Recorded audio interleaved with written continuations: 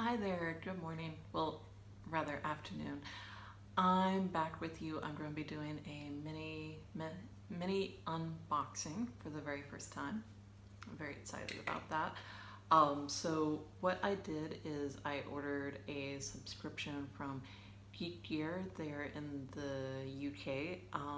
So they have a Harry Potter subscription box, and then so I wanted some of the items back from the December box, and they have a shop on their website where you can order items individually. So if there's something that you want from past box, or maybe you're not sure if you want to do a subscription yet,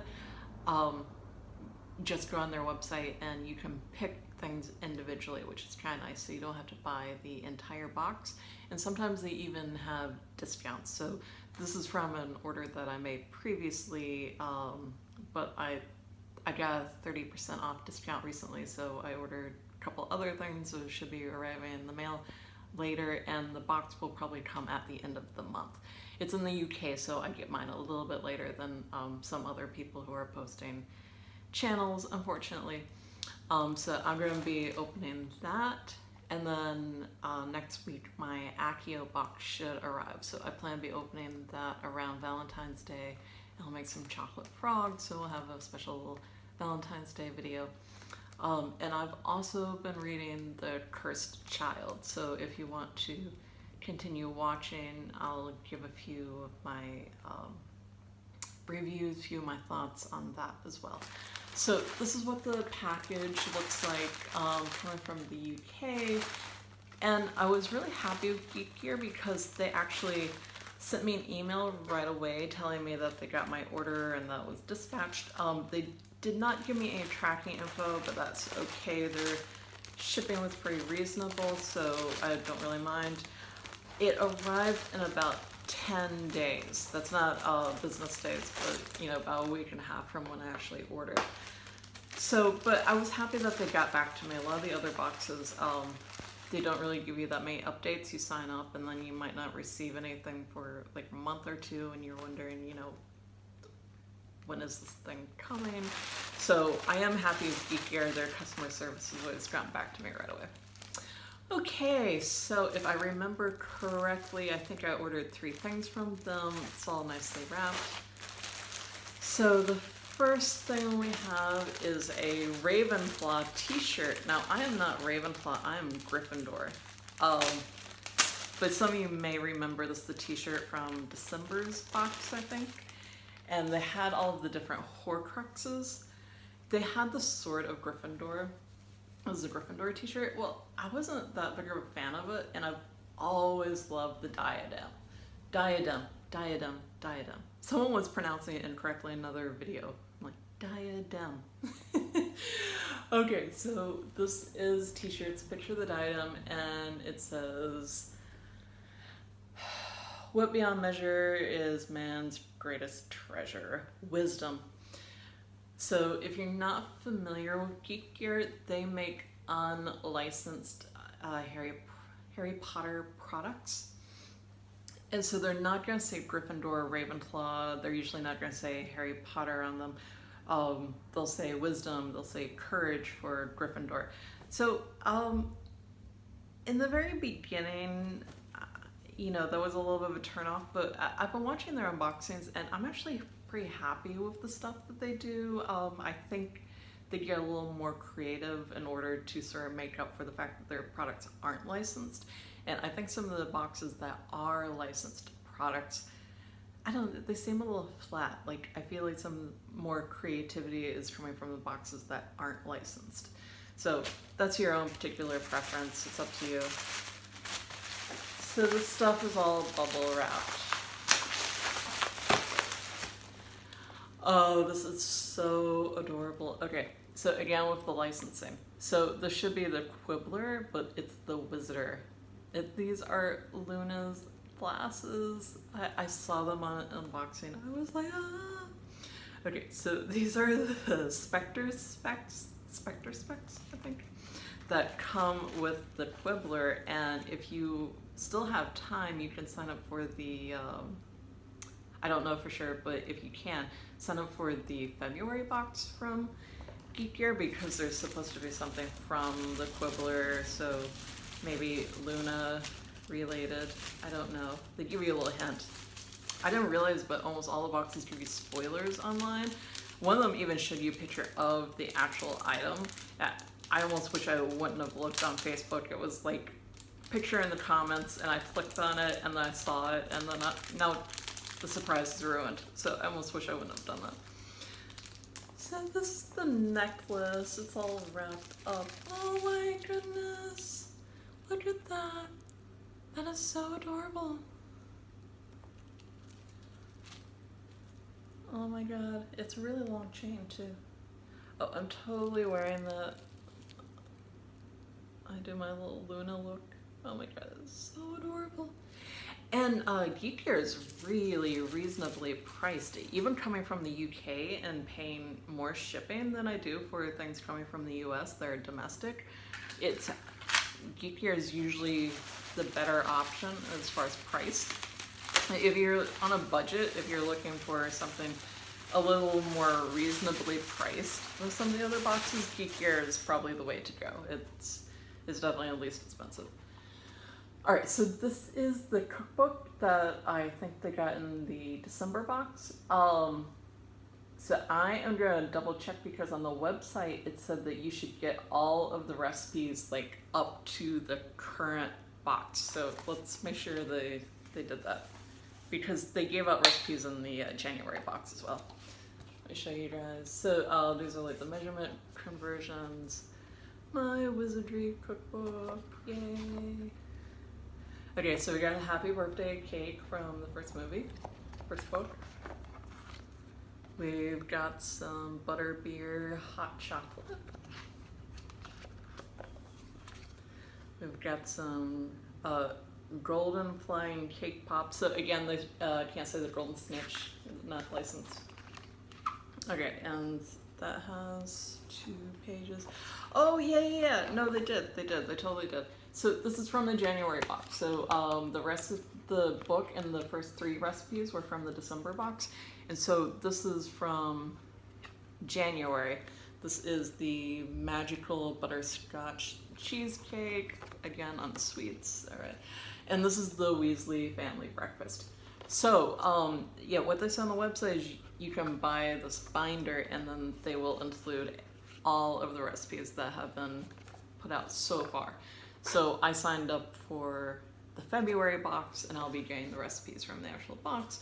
But if you're a little bit later and maybe can't sign up till March or something, you'll get all of the recipes if you sign up for the cookbook. So I think that's pretty good. That's everything I got from Geek Gear, from their shop. If you want to stop watching now, I won't be offended. Okay, so I picked this up last week from Barnes & Noble. I wish this were interactive. I wish you guys could answer me. I don't want to spoil it for anyone, so I can't give away the ending or anything like that. It's not exactly what I was expecting, I guess is the best way to put it. They returned to a lot of the storylines from the original series, and that's not what I thought this was going to be. First of all, this is a stage adaptation. Now they're because I think it was John Tiffany and Jack Thorne, I think. Okay, a new play by Jack Thorne. Okay, so what he did is he reconceptualized the story of Harry Potter, J.K. Rowling's writing. It picks up from the last book where you see everybody, 19 years later when they're at the train station, and Ron and Hermione have gotten married, and Harry and Jenny have gotten married, and they have children. So this is all about their kids, and Albus Severus Potter is not having a very easy time of things, and with his relationship with his father. It doesn't really talk that much about their other two kids, James and Lily. I guess Jenny had absolutely no say in the kids' names, because all those names seem to be coming from Harry. I really like the new character. I think she's really interesting, Delphine, you know, which I definitely won't give any more information about.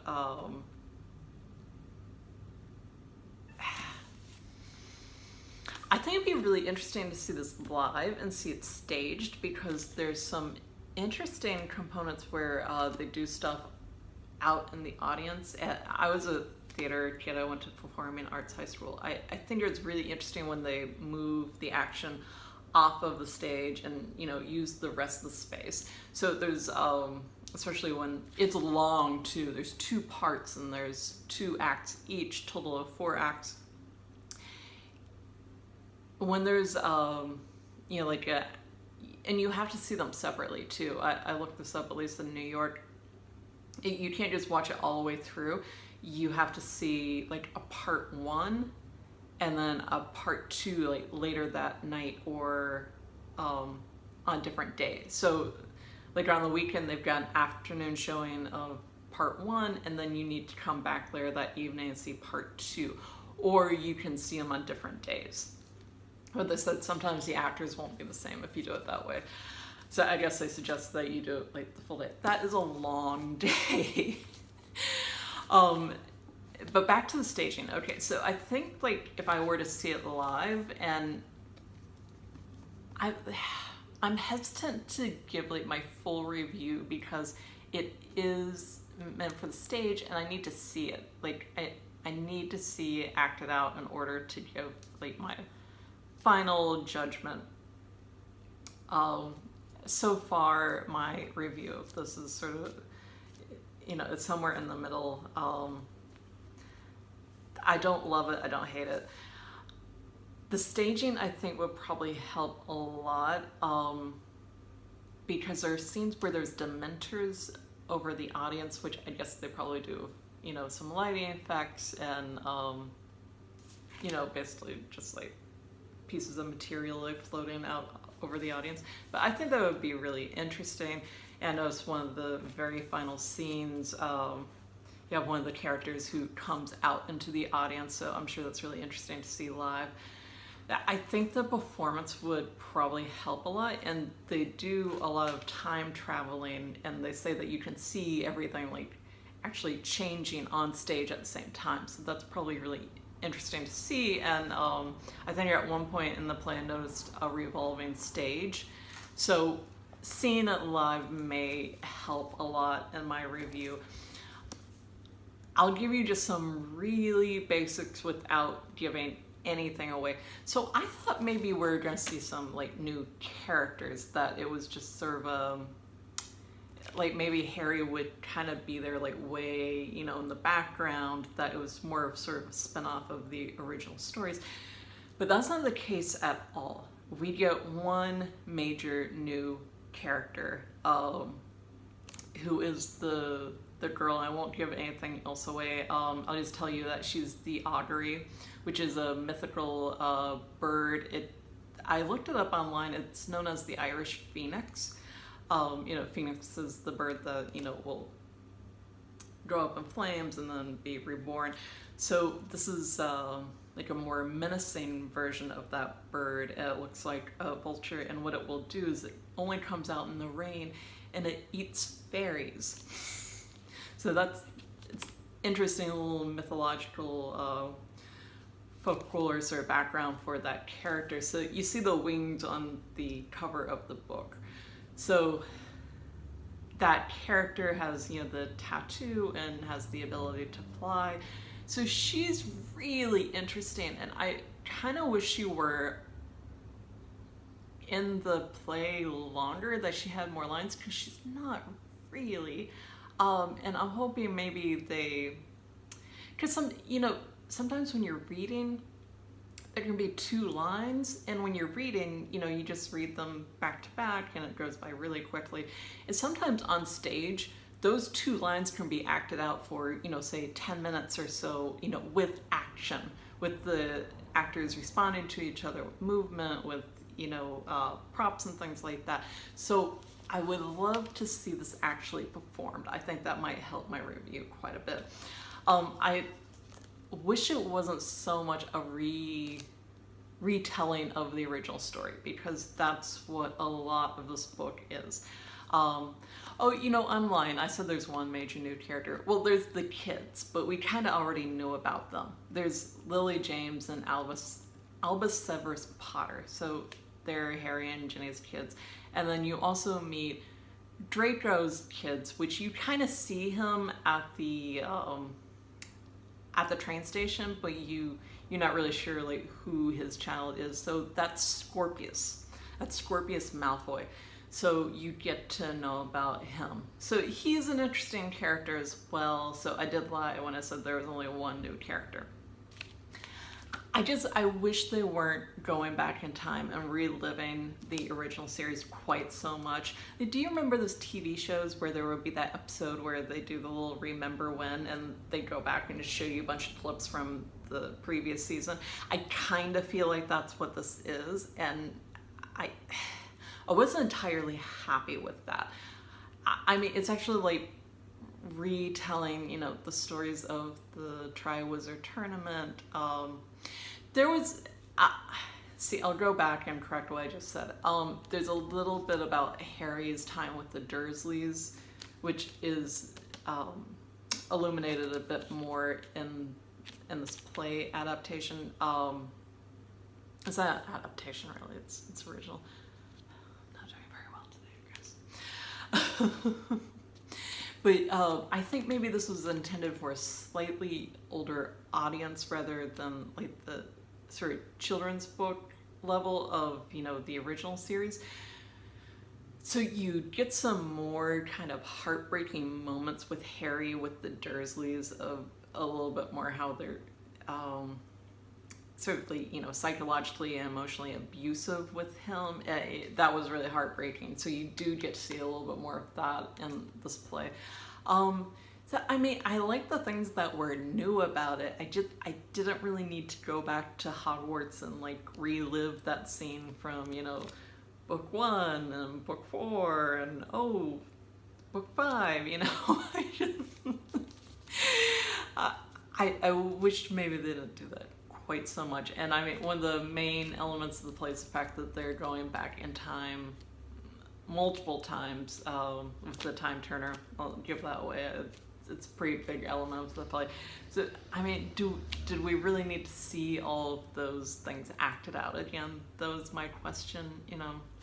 I was kind of hoping it would go in a new direction a little bit more.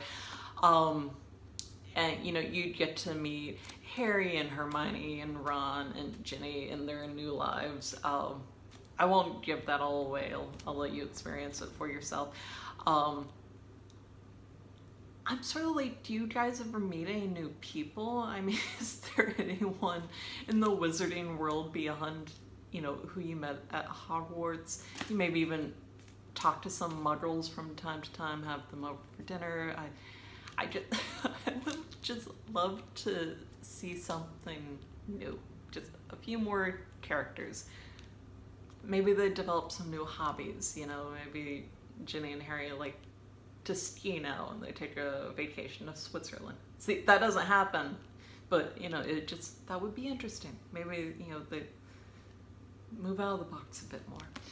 Okay, so I would love to hear what you have to say about the book. If you want to leave a comment in the comment section below. Tell me what you thought. Tell me, you know, do you agree? Do you disagree with me? Do you think it's the best thing that was ever written? Do you hate me for putting down your favorite play? All comments are appreciated, so go ahead and leave one. I won't be offended. I will be coming out with a video probably the day before or on Valentine's Day, so if you don't want to miss that, please hit subscribe. I'm hoping the button's over there. So I'll be doing a lot more unboxings, and I'll probably have some sort of giveaway, so you don't want to miss that. And until then, hope you're all doing well. The 20th anniversary of the books is this year, so they already have new editions in the UK. They have house editions of the books, and then new stuff is coming out this summer. I don't know if the illustrated books are like the new, if they're separate, because from what I heard this summer they're coming out with a new version of the original books, and it's going to have a new illustrator. But there's this really huge illustrated books as well, so I don't know if that's like a separate thing or not. Some people have YouTube videos of the illustrated version of, I think the first 3 are out so far. So that is exciting. And for those Game of Thrones fans out there, I also have a subscription box coming from them as well. So that will be fun. I think that's coming next Friday, so be on the lookout for that if you don't want to miss anything. Again, subscribe. Okay, until next time, I'll probably be making a video either on Tuesday or Wednesday. I will see you later. Au revoir.